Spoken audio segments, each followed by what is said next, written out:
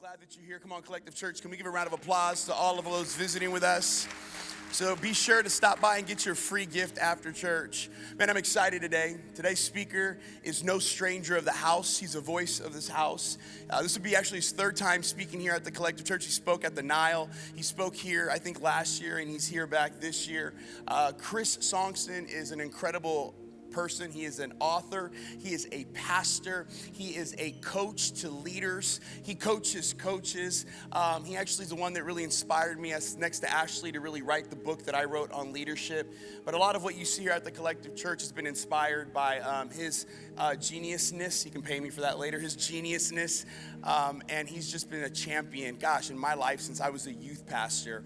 So, ladies and gentlemen, can you do me a favor and give the biggest round of applause and welcome to my friend, Chris Sonksen, ladies and gentlemen. All right. What's up, brother? Well, good morning. How's everybody doing?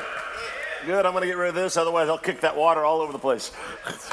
Come on, one more time. How's everybody doing? Awesome. It is so good. I don't need that. I'm good. It is so good to see you today, man, and what a joy it is to be able to be here. And, man, I want you to know that you have some of the most amazing pastors in Pastor Alberto and his amazing wife. Would you give them a hand and just show some incredible gratitude to them? Awesome. Hey, it is awesome to be able to be with you guys, and my third time being here. As you know, I am a pastor, but I'm also a leader of Church Boom, and we coach pastors and rescue churches. And when you guys give to bricklayers, you help us rescue churches all across the nation. Right now, America is closing 3 churches for every one that open. Let that sink in for a moment. You open one, you close 3. And that's what's happening, but we're fighting against that. We're doing everything we can to, to help churches stay open, and I'll talk a little bit more about that towards the end. I want to minister to you guys first. And a little bit about me, if you don't remember from last year or you're new to the church, I have been married for 34 years. Yes, to a beautiful Mexican woman. Oh, she's hot. And she doesn't speak any English, but that helps us get along. We don't really understand each other. And we have 2 amazing children, and we have 2 granddaughters, a 5-year-old and a 2-year-old. How many grandparents we have here? Come on. Oh, it's so much better than parenting. And Friday, as in 48 hours ago, we had our very first grandson. Where's the picture? Come on, give me an aw. Look at the little buddy. It's so funny when he opens his eyes, he looks like an Eskimo, but he's awesome. He's such a good-looking boy, and his name is Leo Thomas, and that is our 3rd grandchild, and we just absolutely love grandparenting. I had an opportunity yesterday to share at Discovery Conference, and so I'm in Bakersfield and be able to be with you guys today, and I shared a story that I want to share with you guys. My family is a baseball family. We love baseball. Matter of fact, me and my son have been to all 30 baseball stadiums. All Major League Baseball stadiums we've been to, and we absolutely love baseball. How many Dodger fans do we have here? This is the best part. How many Angel fans? There you go. There's a few of you, but you don't even cheer. We won a game 6 weeks ago, and but anyway, I love baseball. I've been to all Major League Baseball stadiums. We love baseball. My daughter was born first many years ago, and then 2 years later, my son came along, and when he was born, I was like, man, God, make him a left-hander. I want him to be a left-hander, of all things, because, man, if you know anything about baseball, man, being a lefty is a big deal. And I wanted him to be a lefty so bad. So he's born, and, you know, age 2, age 3, age 4. I couldn't tell if he was a left-handed or right-handed because he would eat with his left hand sometimes, and then eat with his right hand sometimes. And I was like, well, he's got to be right-handed. Everybody in the family's right-handed. He's got to be right-handed. So now it's time for me to buy him a glove. He's 4 years old. I buy him a glove. I figure he throws with his right hand, so I give him a glove. Take him out to the front yard. We're playing right there in the front yard with a little tennis ball. You've done it, you know, and okay, put the glove here, and then you kind of, you do the whole thing. So I'm playing catch with him, and I throw a ball to him, and it hits off his glove and goes down on the ground. No big deal. He picks it up. Now, here's the deal. He picks it up with his right hand, and he goes like this. And I thought, oh, dear God, he can't throw. There's no way he's from my loins. And And I'm like, okay, so he can't throw, whatever. And so, okay. I said, son, you got to go back like this, and you throw the ball like this. And I'm showing him the whole thing. So we do it a second time. Okay, he picks up the ball, he throws it like this. And I yelled out to my wife, this is it. Definitely switched at birth. And then, the third time I throw it to him, it goes over his head. He throws the glove down, runs, picks up the ball. Now, before I could tell him, hey, son, you're picking it up with the wrong hand, he picks it up with his left hand, and he fires the ball at me. And that's when the clouds opened up and you could hear the heavens. And you heard the angels, and I was like, he's left-handed. And that was it, man. Immediately, I got a tattoo put on his arm that said 401k. And everybody's got their retirement plan. I had my son's left arm. And so he's like 4 years old, starting to play. 5 years old, he's playing year-round. 6 years old, playing year-round. 7 years old, playing year-round. I've got him in lessons. I've got it all going on. 7 years old, he comes home from school one day. I happened to be home that day. And he comes home from school, and he's waving a flyer. And he's like, Dad, he goes, I want to sign up for this. He's 7 years old. I want to sign up. Please, let me sign up. All my friends are signing up. I go, well, let me see it. What do you got? I grab the flyer, I look at it, and it's a flyer to sign up for a soccer league. And I said, son, we don't do that here.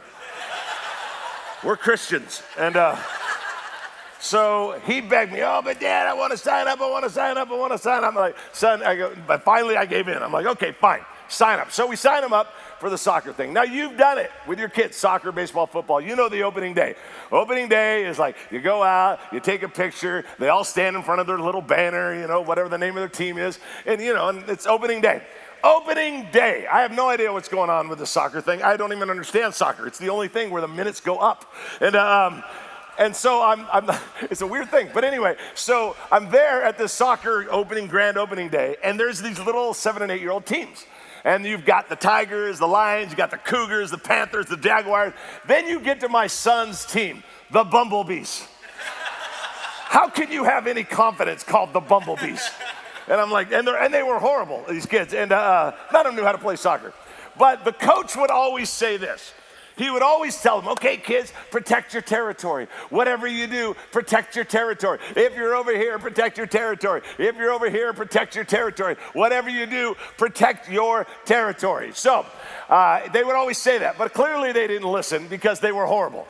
And when it got to the end of the season, our record was 0-15 when we went to the last game. We'd never won a game. And the team we were playing was 15-0. They'd never lost a game. And so I'm like, all right, here we go, the last game, get this torment over with. So we go out there, and they're playing along, and there's this Mexican kid on the other team. Whenever he gets the ball, Dad on the other side would yell out in Spanish, I don't speak Spanish, some sort of words, and every time whatever he yelled, the kid would score. And so the game starts, and here it comes. He gets the ball, Dad yells out in Spanish, boom, he scores. 1-2-0, 4-0, 8-0. We get to 19-0 at halftime. We're down 19-0. They don't even call the game. And you should see our little bumblebees. They come in with broken wings. They're like, they're all discouraged. I love the coach. The coach is like, you kids are doing good. I'm like, what game are you watching? They're horrible. And so anyway, they go back out there. Of course, they have to have the orange slashes because God forbid, you actually go 8 minutes without something. And so they go back out there. There's no bitterness there. And they go back out there, right? And they play. Now it's 20-0, 25-0. Every time that kid gets the ball, Dad on the other side yells something in Spanish. Little Mexican boy scores, all right? Now, check this out. Fourth quarter, we're down 29-0. We haven't scored. 29-0. 2 minutes on the clock. 2 minutes on the clock. A little bit more time goes by. I'm thinking, okay, there's about a minute left. With 1 minute left on the clock, the game's going to be over. We're down 29-0. The ball comes right here to me at the sideline. I'm standing there. And here comes little Pele. And he circles around this side, and he starts, the kid on the other team, the Mexican kid, he starts going the wrong way. And all of a sudden, I'm thinking, he's going the wrong way. What is he doing? And the dad on the other side, again, I don't speak Spanish, is yelling something in Spanish. And it's got to be, you're going the wrong way. But I don't want him to hear his dad. Because it occurs to me, this is our only chance to score. If he doesn't score for us, we're not going to get on the board. And so he comes around, his dad starts yelling in Spanish, probably you're going the wrong way, I'm assuming, and starts going this. I don't want him to hear his dad, so as he goes down the sideline, I run with him with the only Spanish words I know, aquí, ándale, ándale, trying to. The whole time he's looking up at me like, what are you doing? You got a big head. He scores. And our team takes him and puts him up on their shoulders. And the kid's totally confused, So we lost the game 29-1, and the one came from the other team. Now, I say all that to say, we love baseball, but this was a soccer thing. But the entire time, the dad or the coach would always say, help me out, protect your what? Come on, say it out loud and proud with me. Protect your what? Territory. Okay, he would always say protect your territory. Now, that is not only true in soccer and in baseball, football, basketball, hockey, whatever, protect your territory. It's also true in life because here's the reality. We all have a territory. We all have a thing, a territory in our life. And our territory looks something like this. Put it on the screen for me. Here's our territory. This is you. You're that good-looking dude in the middle. Now, you got relationships, children, finances, spiritual life, career, whatever it is, happiness, joy, whatever it is. We all have a territory in our life. And the reality is the fight is always for the territory. Because if you think about it from a physical standpoint in this world, whenever one country, stay with me, fights another country, what are they actually fighting for? Come on, territory. Well, is that what we're fighting for? We're not just fighting to kill people. We're fighting for territory. Okay, one country says to the other country, we want your money. We want your oil. We want your resources. We want your land. They are fighting for territory. That is not only true in our modern world, but that is also true in the spiritual world. There is an enemy who is always wanting to fight for your territory. The things that matter to you, the things that are important to you, he is always fighting for. And a matter of fact, in Mark chapter 5, I want to look at it right now. If you have a Bible, go to Mark 5. And if you don't have a Bible, next time at a hotel, get one. They're free. I steal them and then I sell them. I'm trying to rescue churches. Mark chapter 5, verse 1 is what we're going to look at. Check it out. They went across the lake to the region of the Gerasenes, they being Jesus and the disciples. When Jesus got out of the boat, a man with an impure spirit, that's a demon-possessed man, he gets out, he came from the tombs to meet him. Look what it says. This man lived in the tombs and no one could bind him anymore, and even with a chain, not even with a chain, for he had often been chained hand and foot, but he tore the chains apart and broke the irons on his feet. No one was strong enough to subdue him. Night and day among the tombs and in the hills, he would cry out and cut himself with stones. Now, I want you to picture what this would look like. Okay, go with me 2,000 years ago. Jesus tells the disciples, if you look at Mark 4 before, he says, hey, let's go over to the area called Gerasene. So he's kind of like going from one area, floating over to another area. Jesus and the disciples, they get in the boat and they row over. This is how they row. And they row over. They get to the other side, right? Jesus gets out of the boat. See what that would look like in your mind's eye. Try to picture that. He gets out of the boat, Jesus, walks up on the sand, and a demon-possessed guy meets him. Now, I want you to catch it. I want you to lean in. This is an amazing conversation that's about to take place between Jesus and a demon-possessed guy. Folks, you do not get a bigger good versus evil. Am I right? I mean, this is Obi-Wan, Darth Vader. This is huge. This is like Jesus and a demon-possessed guy having a conversation on a beach, and this is an intense conversation. Now, here's what I promise you. If you will lean in this morning, if you'll take all the focus of what's going on in your world and just go like this for the next few minutes and focus in, this conversation could absolutely change your life. So, let's take a look at the conversation. Let's pick it up at verse 6. When he saw Jesus, that's the demon-possessed guy, from a distance, he ran and fell on his knees in front of him. He shouted at the top of his voice, "What do you want with me, Jesus, Son of the Most High God? In God's name, don't torture me." So, okay, Jesus comes walking up. The demon-possessed guy comes walking up. This is good versus evil, man. And the demon-possessed dude says, okay, he bows to his knees. He goes, Jesus, he says, Son of the Most High God. Now, why is that important? Why am I stopping here? The demon-possessed guy says, Son of the Most High God. Up to this point, we're all probably thinking, Jesus is having a conversation with a demon-possessed man. The reality is this. Most of the disciples, they didn't even know that Jesus was the Son of God. So if the demon-possessed guy is like, Jesus, Son of the Most High God, how would he know he's Son of the Most High God? The only way he would know is it's because it's not the demon-possessed man that is speaking, it's the demon that is speaking. This is a huge thing. You have a conversation not with Jesus and a demon-possessed man. You have a conversation with Jesus and demon. This is a huge, huge conversation. Now, let's pick it up where we left off. For Jesus had said to him, come out of this man, you impure spirit. Okay, so you can see it. Jesus looks at the demon-possessed man and says, get out of this man. Okay, and look what he says. Then Jesus asked him, what is your name? Now let's stop there. I don't know, maybe I'm just sarcastic, but isn't that an odd question? I mean, really, you're in this intense good versus evil. The guy's all demon-possessed. He says, get out of there. Oh, by the way, what's your name? You know, it's very odd. Why would Jesus ask his name? I think Jesus asked the question, what is your name? Because in 2025, he wanted collective church to understand what his name was. His name mattered. Okay, it mattered. Why did it matter? Look what it says. My name is, what is it? My name is what? Legion, he answered, for we are many. Do you know what legion is? Legion is a Roman Empire term back in those days, meaning 6,000 or more. That's what this is what the guy's saying. Jesus says, so what is your name? Why would he ask him his name? He asked his name so you and I would understand something. He said, oh, our name is Legion, for we are many. Many being 6,000 or more. There are 6,000 of us in here. This is a big deal. Now, let's go to the final verse I want to read to you. And he begged Jesus again and again not to send him out of the area. Another word for area would be what?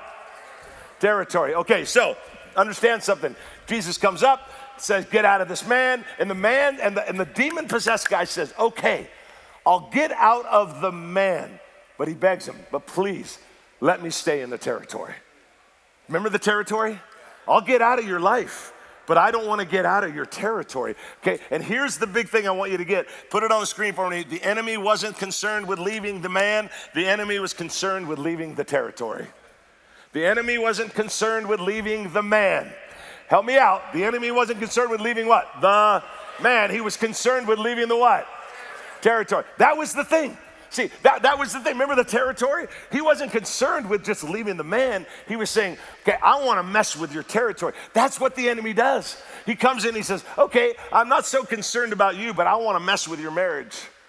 And I want to mess with your finances. And I want to mess with your trust in God. And I want to mess with your happiness. And I want to mess with your career. And I want to mess with your spiritual life. And I want to mess with your children. And that's why some of us, man, we come in here today, man, and our finances are maybe a mess. Or maybe our marriage is not going that well. Maybe our children aren't following God. Maybe our grandchildren aren't following God. Whatever it is, because he's not so concerned with leaving the man. Jesus said, get out of the man. And he goes, okay. He didn't even argue with it. He just said, but can I stay in the territory? It was the territory he was concerned about. He was concerned with the territory. He was wanting to go after the territory. I do a lot of flying. I fly about 170 to 180 flights a year. That's a lot of flying. And it's funny, even though I do a lot of flying, I still don't like flying. My wife always is like, you're the most scared on the flight, which I am. I hate it. Have you ever thought about this? You ever been on a plane and realized this? The last word you see before you get on the plane is the word terminal. Who came up with that idea?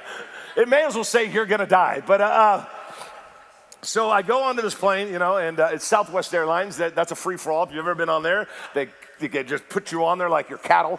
And it's a free-for-all. Whoever gets there first goes on there. So I'm one of the last to get on the plane.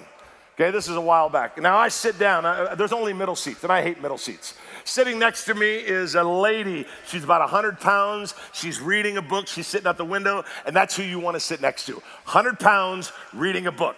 That's who you want to target because she's just to herself. The other side to me over here on this side is a guy that's probably 6'4", 6'5", a monster of a man, probably 300 pounds, looks like a linebacker. He's a huge dude. He's so big, he's bleeding into my side. You know what I'm talking about? Like he's coming over here and I'm like, dude, that's like $60 worth.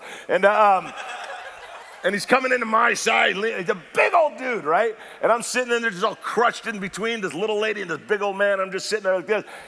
And all of a sudden his phone rings and he picks up the phone. And everybody's still getting on the flight, but it's starting to, they're starting to close the bends. They're getting ready to take off. He's on the plane, he's talking on the phone. The flight attendant comes by and says, sir, you need to get off the phone, we're about to take off. He puts the thing down, he goes, yeah, I'll get off in a minute. He was kind of rude, but not that big of a deal. Now all of a sudden, it's closed and we're pulling back. He's still on the phone. She walks by and said, sir, you've got to get off the phone. We're starting to back out. And he goes, I'll get off when I want to. And I thought, oh man, this is gonna get good. So grab my peanuts that they give you, and I'm ready for the show. I'm gonna video it, because God forbid anybody ever get involved. And no, we just gotta video everything. And so then we're pulling all the way out to the tarmac, and we're on the runway. He's still on the phone, completely illegal, shouldn't be on it. She walks by, sir, you've gotta get off right now, hang up the phone. He goes like this. He goes, I'll get off the phone when I'm ready to, and then he started cussing her out. And he started saying stuff that was horrible. I mean, it was bad. He was dropping all sorts of bad words and calling her all sorts of degrading names. She's trying to come back. It's just a little argument. I'm looking around thinking, someone's got to get involved. And I'm thinking, not me. The dude's 8 times my size. And so finally, I'm like, I had it, Pastor Bert. I'm like, I got to step in. I got to be a man of God. I got to stand for the weak, And he's like a monster of a dude, And he's just letting her have it. I mean, it's a scene. And finally, I look at him and I'm like, dude, can't you be nice? He looked down at me. And he said, what did you say to me? I said, do you have any ice? You have to be quick. You have to I knew I was in trouble at that moment. And so finally, it all kind of calmed down and we took off. And now, if you've ever been on a plane, it was, and there's been a storm. We went up into the rain. It was raining that day. So we go up and you go through the rain and the plane does a little bit of this. But then if you know anything about flying, you have to go through the storm, the actual clouds. You got to go through it and get above it. And then it's blue skies above the storm. It's really weird. But man, there's about 5 to 7 minutes where you are just going through and turbulence kicks in. So you go up in the rain and then all of a sudden you start going in the clouds. And I'm telling you, the turbulence was unreal. It's just like bam, bam, bam, And I love it because when there's turbulence, people tighten the seatbelt because that'll help. When you drop from 30,000 feet in the air, no problem. But so it's going like this, it's going like this, it's going like this. It's crazy, and it's just bouncing around. And I told you I get really scared. I'm the worst on the flight. I'm the one yelling out, this is that, just yelling out stuff. Finally, we go like this, and you hang in there 5 to 7 minutes, and boom, you rise above the clouds, and it's peaceful and calm and blue skies. See, I think for a lot of us that there's this cloud, there's this thing, man, where our marriage isn't right, and our finances aren't right, and our relationships aren't right, and the children aren't right, and things are happening, and sometimes we want to give up, and sometimes we want to blame God, and sometimes forget it, he's not helping me, I'm not going to come to church, and all this stuff. And if we would just hang in there, boom, we'd rise above, and we'd be there in the blue skies. You just got to hang in there. Now, let's go back to it. Let's go back to to the story. I want to give you one more quick thought here is this, and write this down. The enemy, this is my favorite part. The enemy doesn't just fight for where you are, he fights for where you're going. Okay, now, I want you to think about that. First point was that the enemy, there are only 2 points. First one is that the enemy is not so concerned with leaving you, he's concerned with leaving your territory. He wants to keep messing with your family. He wants to keep messing with your finances. He wants to mess with your marriage and your kids. That's true. But the second thing is that he's not just fighting for where you are. He's not just concerned with where you are. He's fighting for where you're going. Okay? Think about that for a moment. Okay? What was the demon's name? Come on, what was his name? Say it with me. Legion, meaning how many? Okay, hold on. Stop. Just think out loud. What was this man's potential that the enemy thought, I got to put 6,000 in this guy? He wasn't concerned with the man. He was concerned with the guy's potential. He wasn't concerned with just his territory. Stay with me. He was concerned with his future territory. Okay? Not just where he was going. Think about that for a moment. Isn't that true? Stay with me. Okay? Stay with me. Jesus is born. Herod comes along and says, I want all the babies under the age 2 killed. Why did the enemy orchestrate that? Because the enemy looked at a baby and saw his potential. Think about that, what happened 4,000 years ago when Moses was born. Same thing. Pharaoh comes along and says, I want all the babies killed. Stay with me. Why did the enemy say, oh man, have all the babies killed under the age of 2? Because the enemy looked at Moses and said, oh, I see what this kid could do. And I'm going to take care of that problem right now. I'm not just concerned about his potential, I'm concerned about his future potential. I think of Vivian, who when 15 years old, she was in juvenile hall. She was pregnant and in juvenile hall. And everybody told her, don't have the baby, just abort the baby. You can't raise the baby right or whatever. Abort the baby. She's 15, juvenile hall, pregnant. She ends up having the baby. She gets out of juvenile hall, marries a man. The man that was the dad. And they're still married today. And that boy that she had, that little baby she had, his name is Hector. He's pastoring a church in Northern California. His church this morning runs about 1,500 people. This is the kid that was gonna get aborted. Now, I'm just thinking out loud. I'm thinking the enemy's looking down and going, in the womb, looking down and saying, I'm not scared of the kid's territory. I'm scared of his future territory. I know what this kid's gonna do, and I'm gonna take him out right now. I think about my own life. I grew up in Long Beach, California. That's where I was born, but I was born in Long Beach, California. I'm the youngest of 5 kids. Mom, dad, 5 kids. I'm the youngest of 5. Apparently, I don't remember. I'm only 2 years old at the time, but apparently there was this happy birthday party thing going on across the street, and they had a pool in the backyard. Everybody, like 30, 40 people over there. The kids are swimming. It's a birthday party, blah, blah, blah, blah, blah. I'm only 2. I'm sure I'm running around in diapers, not even knowing what's going on.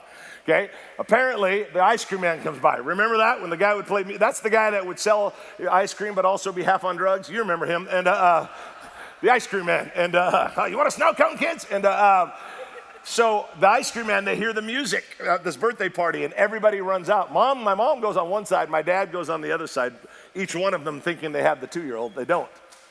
I fall in, no one's back there. No one's back there except for me. I'm 2 years old, I fall into the deep end. I'm laying at the bottom of the deep end like this at 2 years old. My sister comes back to get her towel, looks and sees me at the bottom. If she doesn't come back and get her towel, I'm not here. I'm not thinking I'm anything special. I am no more special than anybody in this room. But I do think the enemy looked down and said, oh, I see what this 2-year-old's gonna do, and I'm gonna take care of that problem right now. See, there's some of you in here that you barely made it past childbirth. You almost died. There's some of you in here that barely made it past your teenage years, your childhood. Because maybe mom walked out, or your dad walked out of you, the abuse that you went through, the pain that you went through. Some of you as adults, it's a miracle you're even here because of all the stuff you've had to go through. And I'm just thinking out loud, you might be looking at it from one side and going, look at all the crud I've had to gone through. I look at it the other side and the enemy's saying, I see all their potential and I'm trying to take them out. Do you see the difference? Rather than looking at it like, oh my God, my life's horrible. Maybe it's because the enemy's going, oh, I see what you could do if you would just go all in. And I see what could happen. I think that's for all of us here. He's not just concerned about your potential. He's concerned about your future potential. He's concerned about your future territory. Collective Church. Pastor Alberto mentioned a building that maybe we were going to get, but that didn't seem to work out. And you just got to know, man, God's going to win in all of it, but let's not be foolish, because I think the enemy's not just looking at the current territory of Collective Church. He's looking at the future territory of Collective Church, and it scares him. And he's going to do everything he can to take it out. He'll do the same thing with you. He sees your potential. He sees what you could do. He sees if you went all in, that he would go all out. That if you would let go of what's in your hands, he would let go of what's in his. He sees it. He sees you. And he sees your potential. It's not just your current territory. It's your future territory that he sees, and he sees all of it. Now, what does it look like? Let me show you real quick. Put it back on the screen for me, the territory, the first one. Okay, that's our territory, right? We already talked about that. That's your territory. Remember, what did he say? Oh, I'll leave the man, no problem. It's fascinating. But he goes, but I don't want to leave the territory. Really interesting. Okay, now go to the next one. Okay, your present territory. We already talked about that this morning. Relationships, marriage, children, career, all that. Finances, spiritual life. But what about your future territory? Man, I think the enemy looks at the success you could have. I think the enemy looks at the business idea that you have that you still haven't done. I think the enemy looks at the kingdom impact that you could have. I think he looks at the influence you could have. I think he looks at the book you're still supposed to write, but you haven't done it. I think he looks at the churches that we help. We rescue churches. That's part of what we do at Collective Church, is that we rescue other dying churches. I think he sees not only your present territory, he sees your future territory and what it could be, and it frightens him. And no wonder he's always coming after us, because he sees what we could possibly be. Now, what is the answer to all of that, you guys? What's the answer? What do we do with all of this? It comes down to two words. Put it on the screen for me. We got to fight back. Come on. What do we got to do? Come on. Say it like you mean it. What do we got to do? Fight back. Don't sit there and just go, well, I guess that's the way the marriage is going to be, and I guess my future, and this would go. No. You fight back and you say, enemy, get your hands off my grandchildren. Get your hands off my kids. Get your hands off my finances. Get your hands off my life. You fight back. You don't sit back and just idly like whatever happens, happens. No, you fight back. Now, how do you fight back? It won't come up on the screen. You're going to have to write these things down. Here's two thoughts. Ready? Here's how you fight back. Number one, you fight back with a prayer life. If you don't know how to have a prayer life, talk to one of the staff members here, Pastor Alberto and the team. They'll teach you how to have a prayer life. It's not that confusing. You just set aside some time every day and talk to God. But you know what I love to do in my prayer life? Just like I did this morning, just like I do every single morning, read the word and pray, get up early and do that every day, is that I spend time in prayer and I always pray to God. And at the end, I'm always like, hey, enemy, I know you're listening in. Because he is, he's a big eavesdropper. And I know you're listening in. Now get your hands off of every part of my life, now and in the future. Get your hands off my kids. Get your hand on my grandkids. Get your hands off that little baby that's 2 days old. He sees the potential of my little Leo Thomas, my grandson. And it frightens him. Get your hands off of all of that. It's our prayer life. But the other part is not only our prayer life, it's our thought life. The fight is in the prayer life, and the fight is in the thought life. It always happens here. The Bible says that your life, watch this, you guys, your life is shaped by your thoughts. Help me out. What's your life shaped by your what? It's shaped by your thoughts. It's shaped by the way that you think. Your life is shaped by your thought. The battle is always there. So we have a prayer life, and then we also have a thought life, and the battle is always there inside of our mind. That's where the battle is always taking place. A few years, about, 7, 8, 9 years ago, something like that, we had, I think maybe at that time, we had 90, 95 staff members, close to 100 staff members at the church between some campuses. And one of the staff members was like, hey, man, I got an idea, and I said, well, what's the idea? He says, man, he goes, let's all go on a weight loss competition. And I said, well, whoever wants to sign up will sign up. So we end up at like 90 or 100 staff members, 30 signed up for a weight loss competition. Who could lose the most weight in 90 days? And I remember I was sitting there with the group of 30 that's going to go on this weight loss competition, all the staff members. And I asked the associate, I'm the lead pastor, I asked the associate, I'm like, hey, man, what do we get if we win? And the associate's like, nothing, just the thing of winning. I go, man, we got to do something. I go, why don't we all throw in $50? And whoever loses the most weight at 90 days gets the money. Because that's what you want to do with your staff. Teach them to gamble. And it's a very godly thing. And so we go on this 90-day lose weight thing. It's like halfway through. I'm like 5, 6 weeks in, 7 weeks, whatever it is. I'm losing weight, but man, am I starving. And we had 5 morning services at this campus I was speaking at. And I was on the 4th service. I'm telling you, I'm standing up there speaking, and I am hungry. All I'm thinking about is food. Everybody in the crowd looked like a burrito. It was a disaster. Literally, I'm praying over people. I just see a Dr. Pepper, and I said, communion came by. Instead of 1 cup, I got 18. I was so hungry. I'm like, but ended up, losing a bunch of weight, came in 3rd place, lost a bunch of weight. Have you ever heard the phrase, you are what you eat? Okay, that's not only true physically, but it's also true spiritually. You are what you allow to feed you. You are what you allow to feed. When the enemy feeds you, you become that. Okay, the battle's always in the mind. You're not good enough. You're not smart enough. You don't amount to much. That's why you were betrayed. That's why you were abandoned. This is why. And the enemy comes in and throws all these negative thoughts inside of our life. And at some point, we got to fight back and say, enemy, get your hands off of my life. I'm done with this. It's like when Jesus went away to pray for 40 days. What did the enemy do? He comes and visits him 3 times while he's praying and fasting for 40 days.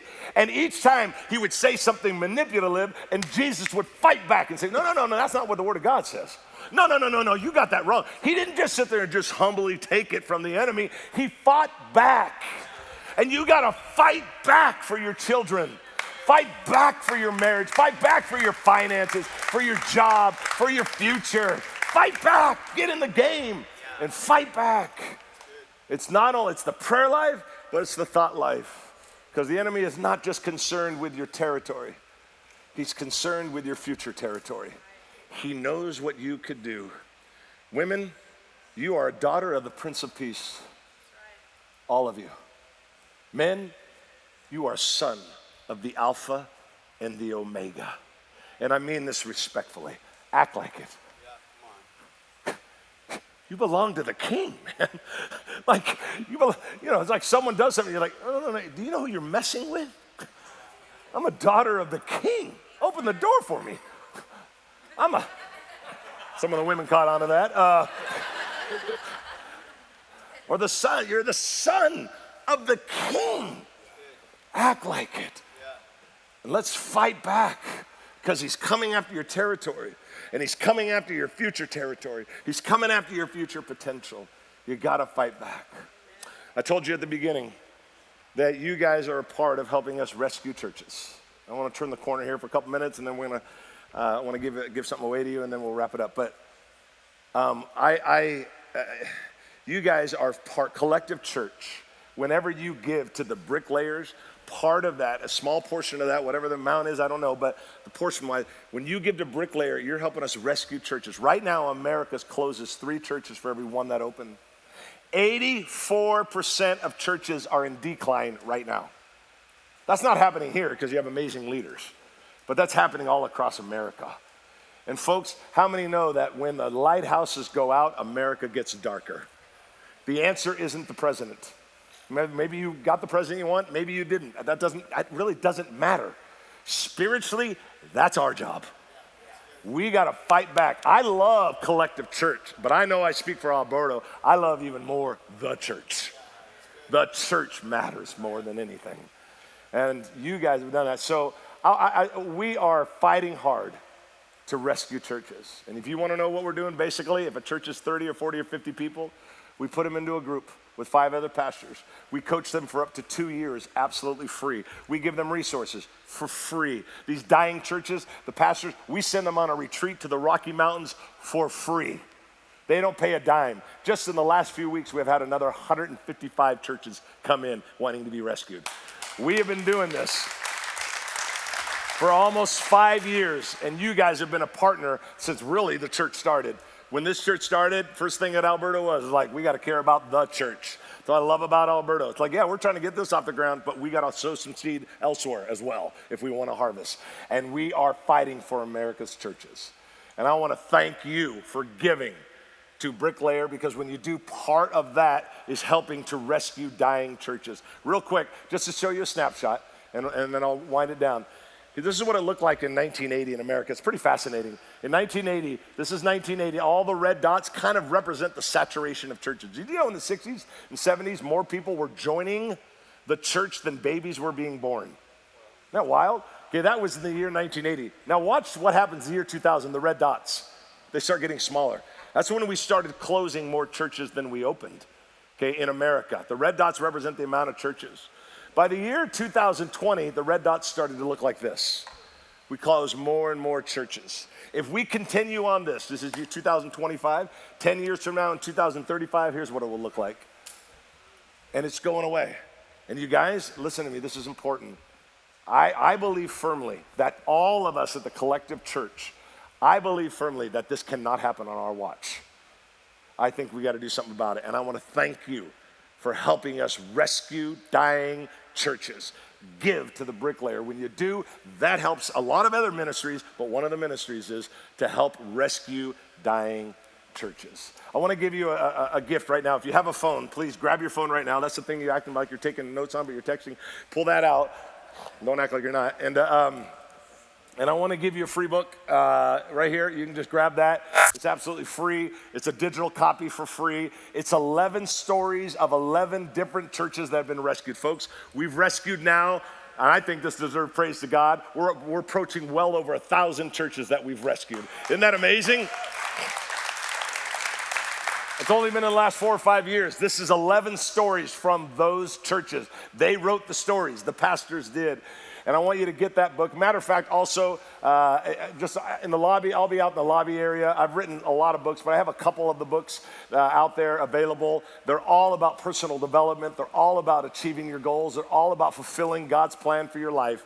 And they're $15. But if you only have 10, give 10. If you got 5, you got 5. If you got $40, give 40 for the person who can't afford it. I don't care. I just want to get the resources into your hands. These are important for you to get those. I want to show you a video of a pastor of a church that we rescued in Willard, Ohio. And this is a church that got down to about, I think, 15 people. And the pastor got cancer while he took over the church of 15 people. He joined one of these rescue cohorts. A church like yours sponsored him. And that 15 became 30, then it became 60, then it became 90, then it became 120, and it just continued to grow, all because we jumped in and we helped to rescue the church. I want you to check out this video. This is one example of hundreds of churches that we rescued, and then one of your team members will come. Check out this video. I didn't find out until we got here. I called my presbyter and said, hey, this is Mike Harrell. I'm at the church here in Willard. He's like, what? What do you mean Willard? We're closing that church. What are you doing there? I walked in the door and I thought I was walking into a funeral home. And that was my first impression. The amount of people that were here at that time, it was just a handful, maybe 15. We realized that we were in slow death. That's the reality. Going from paradise to no man's land, Ohio. God has a funny sense of humor. That's the best way I can put it. One of the best things for my growth was getting involved with Church Boom. And man, it began to just change. I began to see, I had the wheels, but I didn't know how to put them on the car. And Church Boom began to lay that process out for me, help me with that. Not only that, but I could talk with other pastors in my cohort. I'll be honest, it began to help us change, began to take things to my board, and I began to pour into them and show them. And we went through this whole process of rebranding the church, renaming the church, which was a long process. And we didn't just do it in 3 days or 3 months. It was about an 18-month process we went through. We were able to rebrand the church. We see God do amazing things, and we were relaunched as a whole new church. It's kind of overwhelming for me. I got here. You bring me here from South Florida. God said, I gave you a vision. What's so cool is we're seeing that vision begin to see fruit. We're seeing a vision that I didn't have, but others have had. We're seeing the fruit of that right now. Willard has 22 churches, and there's a culture change here. I've been to many of those churches. This church is different. Walking through the door, I just felt welcomed right away. I felt loved on. It was like that little bit that I was missing. Our daughter, Ren, was born in 2020. When she was 6 months old, she had a rapid onset of seizures. She coded, meaning she lost her, she went into cardiac arrest 3 times before we made it to the hospital. And then we spent the next 72 days in the PICU. We were told that she likely wouldn't make it to her first birthday. She made it to her second birthday, and then 6 months later is when we lost her. Very suddenly, but we're thankful for the time that we got.